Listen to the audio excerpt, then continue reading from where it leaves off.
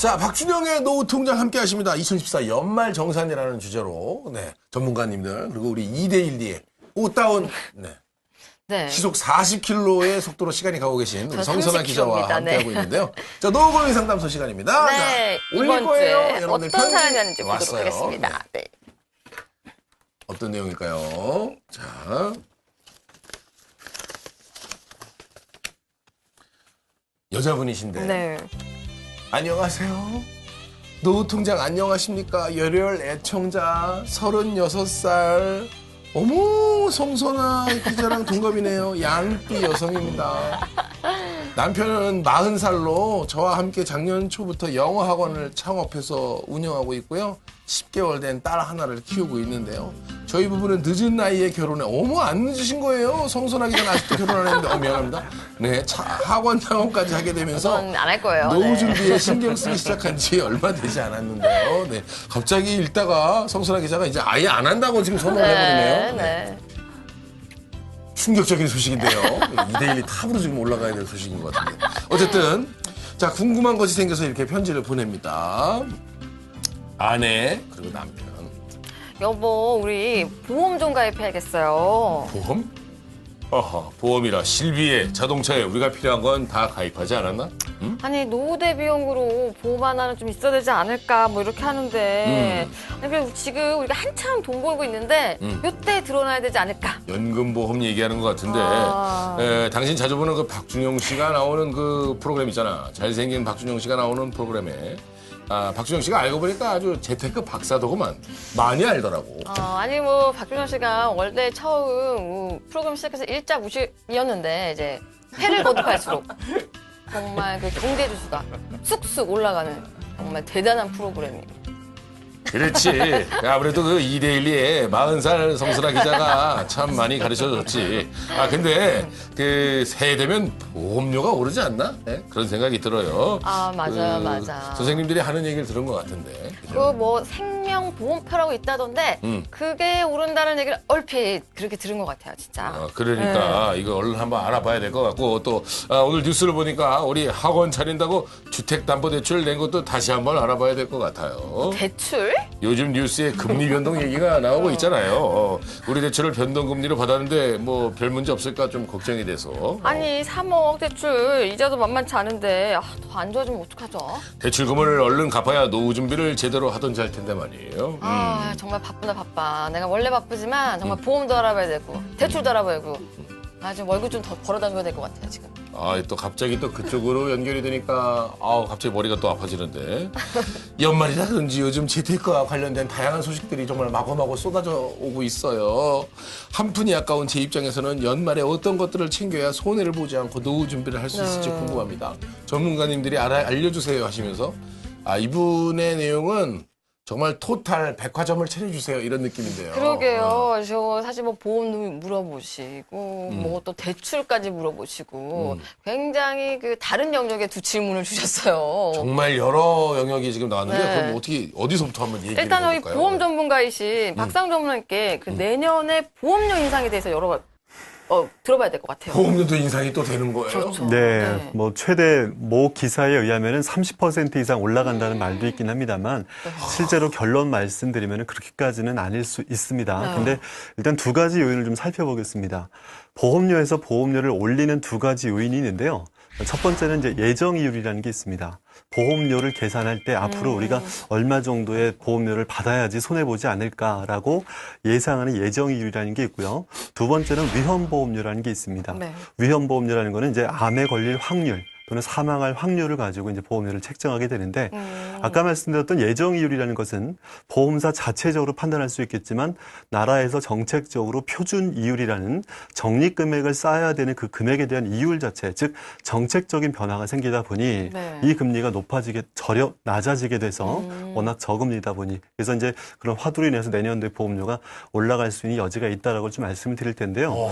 어쨌든 저는 꼭 좀 말씀드릴 텐데 보험료가 올라간다는 말 때문에 급하게 보험을 가입하진 않으셨으면 좋겠는데 맞아요. 꼭 필요한 분들, 내가 정말 암보험이 있다, 필요하다, 그리고 부족한 보험이 분명히 있다라고 한다라면은 준비하는 게 맞다라고 생각합니다. 근데 좀 조심할 건 뭐냐면 세 번째 경험생명표, 아까 이제 말씀했던 대로 그렇죠. 수명이 연장이 되죠. 적용하는 것들. 그렇죠. 네. 그 경험생명표라는 건 쉽게 말씀드리면은 나중에 연금을 받을 때 연금에 적용하는 연금액을 계산하는데 산출하는 데 필요한 언제까지 살까라는 계산인 건데 당연히 수명이 길어지게 됨으로 인해서 연금액이 떨어질 건 분명하지만 네. 경험생명표가 내년에 바뀐다고 하지만 보험사들이 다 이걸 똑같이 쓰진 않습니다. 그래요? 그러니까 이걸 좀 잘 유념하셔가지고 네. 무조건 경험생명표가 올라가면 보험료가 뭐 10%가 올라간다라고 생각하지는 않으셨으면 좋겠고 네. 제가 꼭 좀 말씀드릴 텐데 노후 준비는 빠른 준비보다 바른 준비가 중요하니까 저렴하게 또 어디서 그런 말을 또 생각했어요. 네 너무 급하게 마술사야. 무리하게 결정하지 않으셨으면 좋겠고요. 바른 준비. 네, 그렇죠. 그래서 급하게 절판 마케팅에 너무 휘둘리지 맞아요. 이 않으셨으면 절판 마케팅 진짜 좋겠습니다. 무서운 게 저도 이 말 듣고요. 3년 전인가 또 한 번 바뀌었어요. 바뀌기 전에 가입하라 그래가지고 안 해도 돼 변액에 가입했다가 마이너스 나서 고생한 기억 항상 말씀드리잖아요. 이제 마지막이거든요. 시간이 얼마 남지 않았습니다.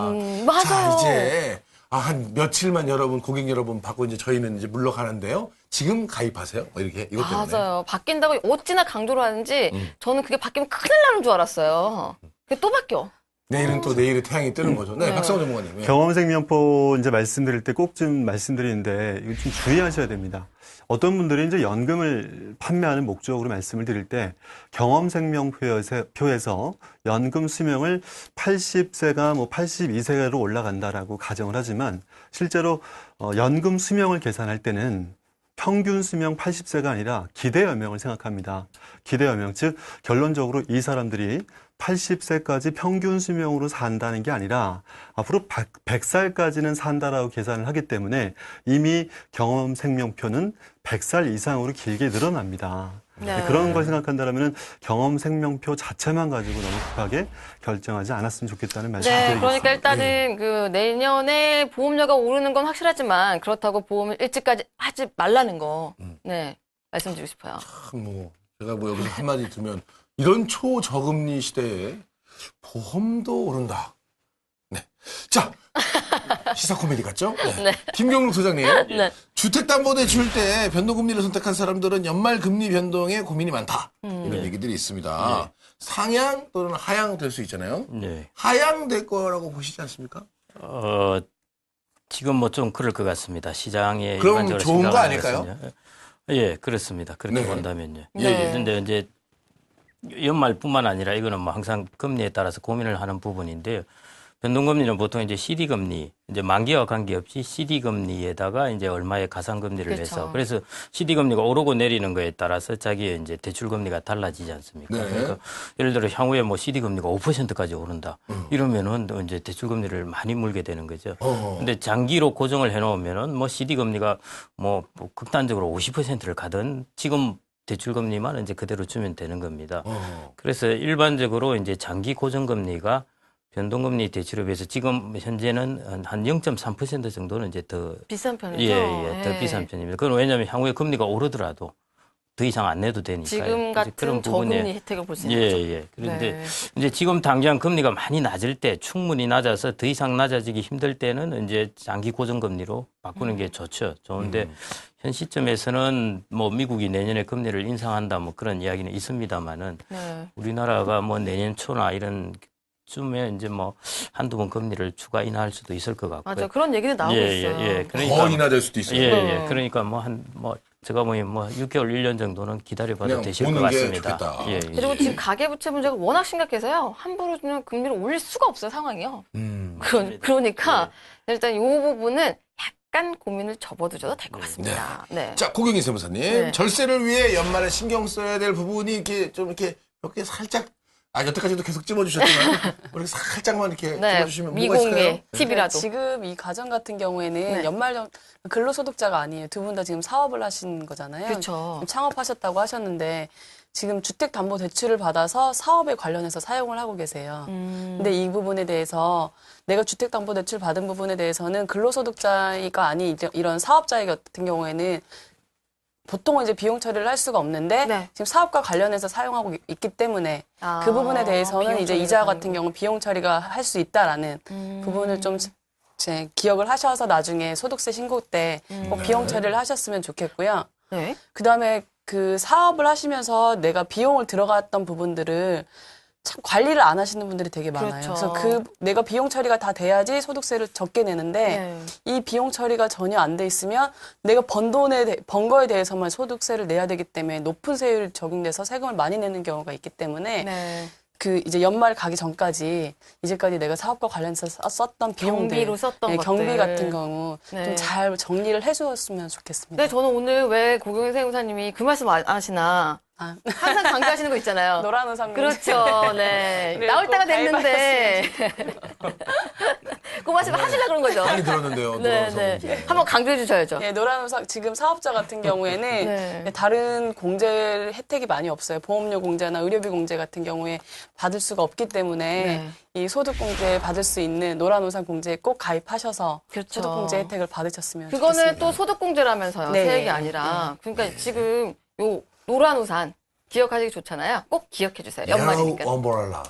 박상원 전무관님. 네. 네, 이 가정에 제가 두 가지 좀 추천을 드릴게요. 기왕 또 노후에 대해서도 걱정이고 관심이 있고 보험료에 대한 관심도 있으시니까 두 가지 좀 말씀드리면 네. 보험료 인상되는 것에서 가장 큰 영향을 받는 것은 장기간 보험료를 내야 되는 사람한테 가장 큽니다. 예. 이 가정으로 봤을 때는 10개월 된 아이가 있잖아요. 네. 특히 어린이 보험 같이 100세 만기 평생으로 제대로 보장을 받으면서도 20년 정도 집중해서 보험료를 내는 사람들한테는 보험료가 올라갈 수 있는 여지가 더 큽니다. 그럼 보험료 인상에 대비해서 꼭 보험을 리모델링 해야 되겠다라면 하면 이 아이에게 필요한 보험들을 좀 보장해 주시는 것이 좋겠다라고 말씀드리고요. 두 번째, 기왕 또 연금도 준비하셔야 되는 거잖아요. 제가 늘 말씀드렸던 변액보험, 변액 유니버셜 보험을 통해서 적절하게만 꼭 준비하십시오.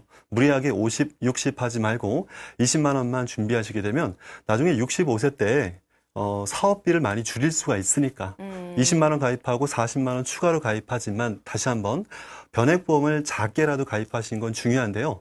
변액보험에서도 아까 경험생명표 말씀드렸잖아요. 네. 경험생명표가 나중에 연금 바꿀 때 계산되는 그 회사 상품들이 있고요. 지금 2014년도에 가입할 때 지금의 연금 수명을 적용해서 나중에 연금 받는 상품들이 있으니까 네. 작게라도 가입한다면 올해 안에 가입하는 거 꼭 예. 기억하셨으면 좋겠습니다. 하지만 중요한 거는 꼭 변액을 꼭 가입하실 필요는 없어요. 저처럼 이렇게 이런 얘기를 듣고 가입했다가 굉장히 힘들게 살 수도 있으니까요. 네. 잘 고민하셔서 꼭 많은 필요한 것부터 세금 우대라든지 꼭 필요한 거 먼저 하시기 바라겠습니다. 자, 혹시 하나만 네, 소장님. 지금 아니면 말씀드릴 기회가 없을 것 같아서 제가 아, 말씀드리는데 이제 공무원이나 그 교사들 같은 경우에 올해 이제 이게 세제가 어떻게 바뀌었냐 하면은 연금 소득에 대해서는 1,200만 원까지 분리과세를 해줍니다.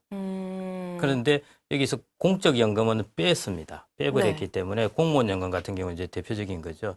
대표적인데 공무원 연금들은 이제 액수도 많고 하기 때문에 여기 다 해당되었는데 분리과세를 해서 빼버렸습니다. 제외를 해버렸기 때문에 오히려 1,200만 원 분리과세 부분에서 공무원이라든지 교사 같은 분들 같은 경우에 이 한도가 많이 남게 됩니다. 그래서 이걸 모르시는 분들이 좀 많은데 네. 이런 한도를 이제 연금저축이라든지 이런 걸 이용해서 네. 혜택을 받으시는 게 좋지 않을까 공적연금에 싶습니다. 대해서 분리과세 된다는 얘기는 저도 소장님 오늘 처음 들었어요. 예. 네. 전 지금 분리과세가 태어나서 아니라 처음 들었어요. 분리과세가 되었던 것을 이제 제외한다는 것입니다. 아, 제외하는 예. 거니까. 예. 아. 그러면 공무원분들이 좀 유리할 수 있겠네요. 그죠? 뭐 그거는 경우에 따라 좀 다를 수는 있는데. 네. 그 부분들이 한도가 남는 부분은. 예. 생각해봐라. 네.